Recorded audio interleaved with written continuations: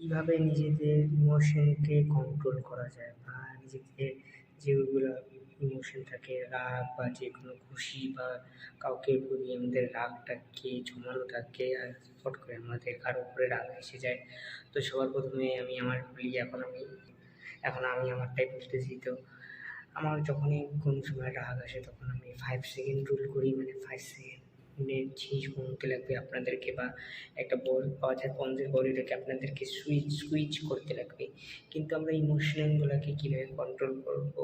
কেন কি হয়তো আমরা যারা ইমপ্রুভমেন্টে জার্নিতে আসি তারা আমাদের লাইফটা এতটাই খারাপ যে আমরা ইমপ্রুভ করতে চাই, তাকে আমাদের লাইফটা সাকসেসফুল আর অনেকটাই ভালো হতে চায়।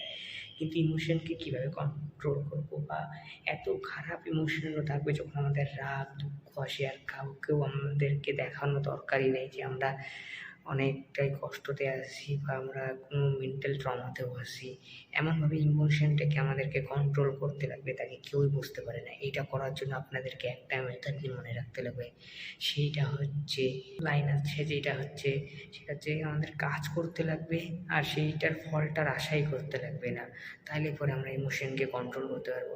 কেন কি আমরা এখন বর্তমানের যুগের মধ্যে এতটাই ইমোশন হয়ে পড়ে যাই যে আমরা জানি না যে কীভাবে ইমোশনগুলোকে কন্ট্রোল করবো বা আনকন্ট্রোলেবল ইমোশনগুলোকে কীভাবে দেখাবো না যে আমরা খুশিও আছি বা দুঃখ আছি। কেন কি এই দুই ধরনের ইমোশন যদি আমরা কাউকে দেখাই এই ইমপ্রুভমেন্টের জার্নিতে, তাহলে আমাদের কিছুই করার দরকার হবে না। ওই জন্য একটাই মেথড আছে, সেই মেথডটাকে আপনাদেরকে ফলো করতে লাগবে। তো আবার দেখা হচ্ছে নতুন কোনো ভিডিও নিয়ে।